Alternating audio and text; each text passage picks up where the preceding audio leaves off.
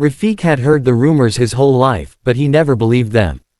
Ghosts. Curses. A house that breathed. Nonsense. But when his friends dared him to spend 1 hour inside the hollow house, he agreed. After all, he was turning 18 in a week. He had to prove he wasn't scared of childish ghost stories. Armed with only a flashlight and his phone, Rafiq pushed open the wooden gate. It groaned like something in pain.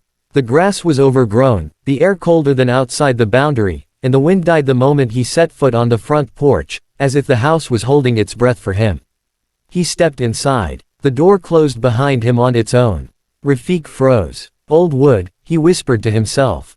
That's all. But the house disagreed. The floorboards shifted under his feet, not creaked, shifted, like something deep underneath them was stretching after a long sleep. Rafiq switched on his flashlight. Dust floated in the beam like tiny ghosts. The walls were covered in peeling wallpaper, and the hallway seemed longer than it should be. He walked slowly, every step echoing unnaturally loud. Halfway through the hallway, he felt a vibration under his shoe, like a heartbeat. He lifted his foot. The floor moved again. Rafiq swallowed hard, forcing logic into his brain. It's just old wood expanding, he said, but the words did not convince him. He continued deeper into the house.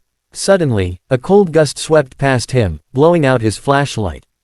His heart shot into his throat. In the pitch-black darkness, he heard it clearly. A long, slow inhale. As if the house itself was breathing him in. Rafiq fumbled with the flashlight, hands trembling.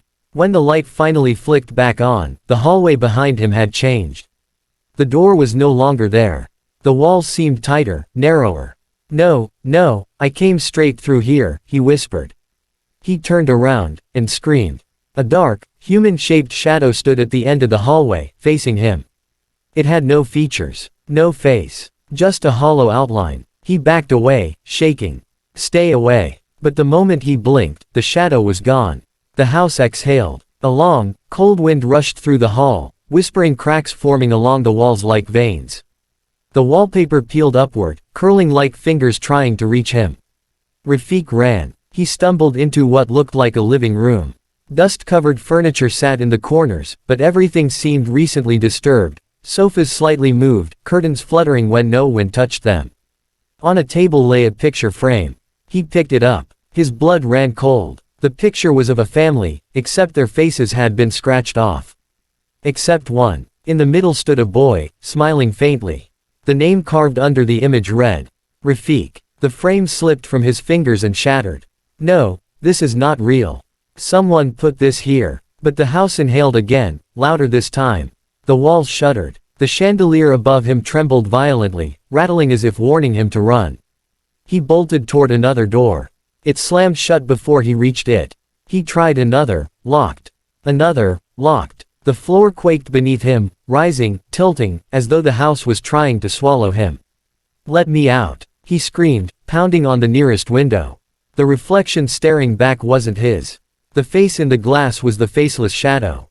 Behind him, Rafiq spun around. The shadow rose from the floor, stretching tall and thin, its head tilting unnaturally. It pointed at him with a long, jagged finger. Suddenly the walls around him pulsed like flesh.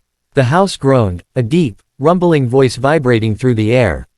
Welcome home. The floor split open beneath his feet like a massive mouth, darkness swirling below.